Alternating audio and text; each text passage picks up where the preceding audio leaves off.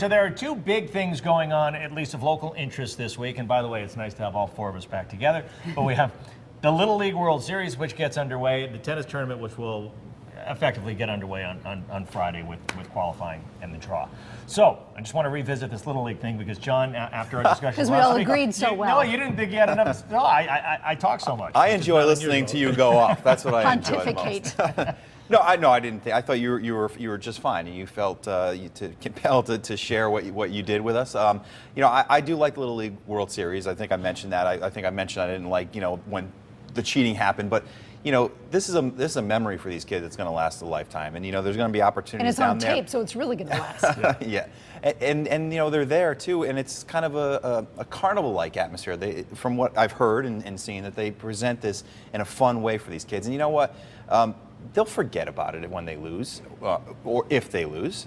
So I don't think it scars them for life. I think the Trumbull Little League team, who won it all, I haven't heard anything bad things about those kids, and I bet you if we talk to them, they'd probably be happy with their experience. Chris Drury seemed to be okay after. Yeah, it worked out all right for him. At taping time, I haven't yet left, but I'm heading out to Williamsport. This is magic. Maybe it's poetic justice that I'm heading out to cover the Westport team. For TV. Right. And here's my deal with it. And I'm not backing off what I said last week, which is basically I don't understand the event. I think it's great for the kids. I don't want to take away this tournament for the kids and a chance to compete at this very high level, even though they just signed up for recreational sport. I don't want to take that away. I have a problem with people turning it into something bigger than it is. And what it is 12-year-olds playing baseball. Let's keep that in mind.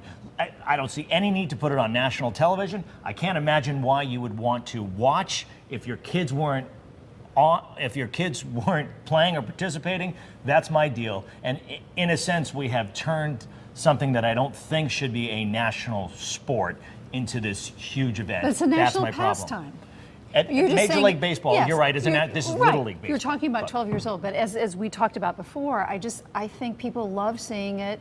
Being able to see their kids on TV. You mentioned if their kids are not playing on TV, what do they care? It still is something fun and innocent, and the kids are playing ball. I don't think it's that innocent anymore. But The one thing I just don't like about it, I like the event, but now all of a sudden you notice all the games are going to nighttime. So all of a sudden we have, how old are these kids? Yeah, that's 11, not, 12 that's years not. old. Games starting at 7:15, Yeah, 7:30. that's ridiculous. So what time are those kids that are 12 years old going to bed? Right, that's wrong. Well, because That's wrong. you've commercialized it to a Play point during where the you've day. taken, and they've done it in college football too. Let's play games on Wednesday nights. Let's play game on Thursday nights. So now we're pulling kids out of class for a long time, and we've changed what it's all supposed to be about.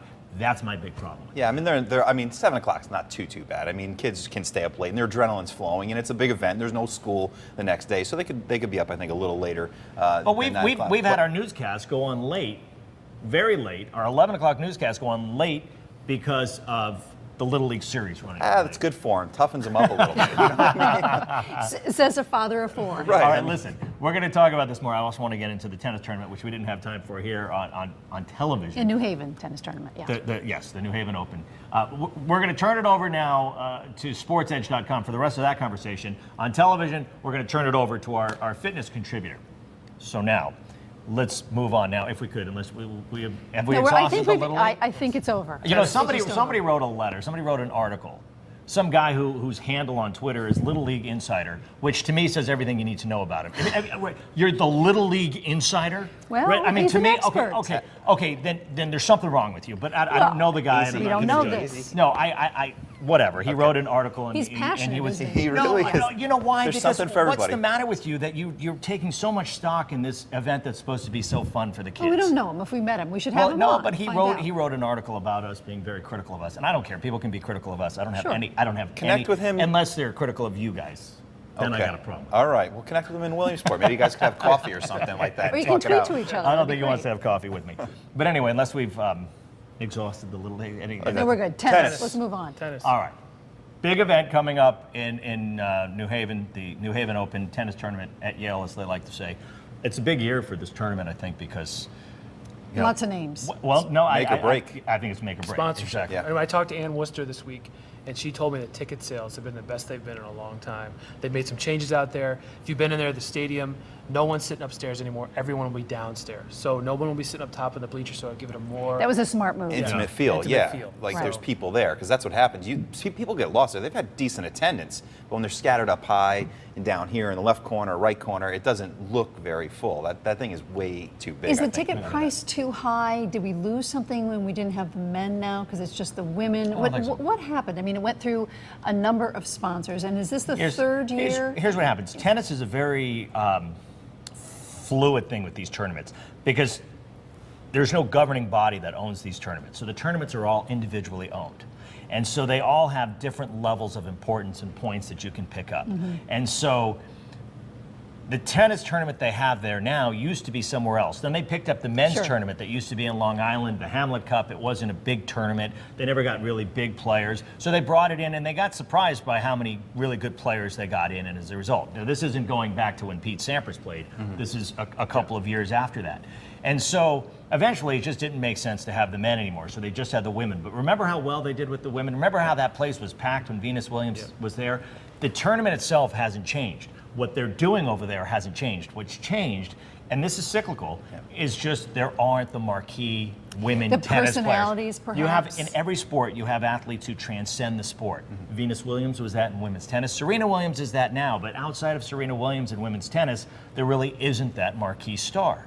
I think that's what's changed. Yeah, I mean, you're bringing the Wimbledon champion here this year, and most people don't even know who that is. Right. And if they do, they probably don't know much about Marion Bartoli. She's been here a lot. She's one of the best players in the world. And Ann Worcester and her staff get the best players here. They do the best they can to put on a good event. But it's name recognition. When Venus was here, that place was packed and it was electric over there, and it was beyond the event. It's similar to what Tiger Woods has done for golf. And the other thing they do over there, they do a good job of entertaining you off the court. Yeah. Oh, yeah. So I have tons of people go, and they might sit down and watch tennis for 10 minutes and say, well, I want to go check out this, I want to go check out that. There's a lot of fun things to do around the tennis match. They worked hard at getting Yale involved in this and getting some other lower sponsors involved in this. Why do you say it's make or break? You think that this Well, I just think this is isn't the gonna- final year. This of is the contract. final year. So it was a 3-year contract, I Yeah. think.